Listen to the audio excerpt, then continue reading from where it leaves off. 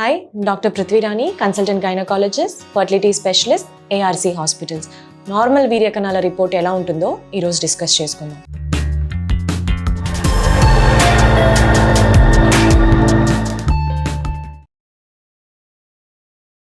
వాటిల్లో మనకి ముఖ్యంగా 4 పాయింట్స్ మాత్రమే చూసుకోవాల్సి ఉంటుంది.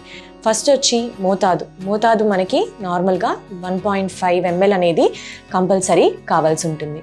ఇంకొకటి మనకి కౌంట్ అనేది మనకి ఎప్పుడు ప్రతి మిల్లీ లీటర్లోనూ 15 మిలియన్ ఉండాలి. ఇంకొకటి మనకి మొటిలిటీ అంటే దాని కదలికలు ఎప్పుడు మనకి బాగా కదలికలు ఉన్నాయా, లేకపోతే చాలా తక్కువ అమౌంట్ ఆఫ్ మూమెంట్ ఉందా, లేకపోతే అస్సలు మూమెంట్ అనేది లేకుండా ఉందా అనేది చూసుకోవాలి. మనకి మంచిగా మూమెంట్ అనేది ఉండే స్పర్మ్స్ అనేది మనకి 32 నుంచి 35% ఉండాలి. నెక్స్ట్ మనకు వచ్చేసి నార్మల్ మార్ఫాలజీ అనేది మనకి ఎప్పుడు ఎలా ఉండాలి అంటే, ఫస్ట్ ఒక వీర్యకణానికి హెడ్, బాడీ, దానికి ఇంకొక తోక ఉంటుంది. సో ఈ 3 పార్ట్స్ బాగా మూమెంట్ ఉండి మంచి సంఖ్యలో మనకి కౌంట్ అనేది ఉంటే మనకి దాన్ని నార్మల్ స్పర్మ్ రిపోర్ట్ అని అంటాం. Thank you.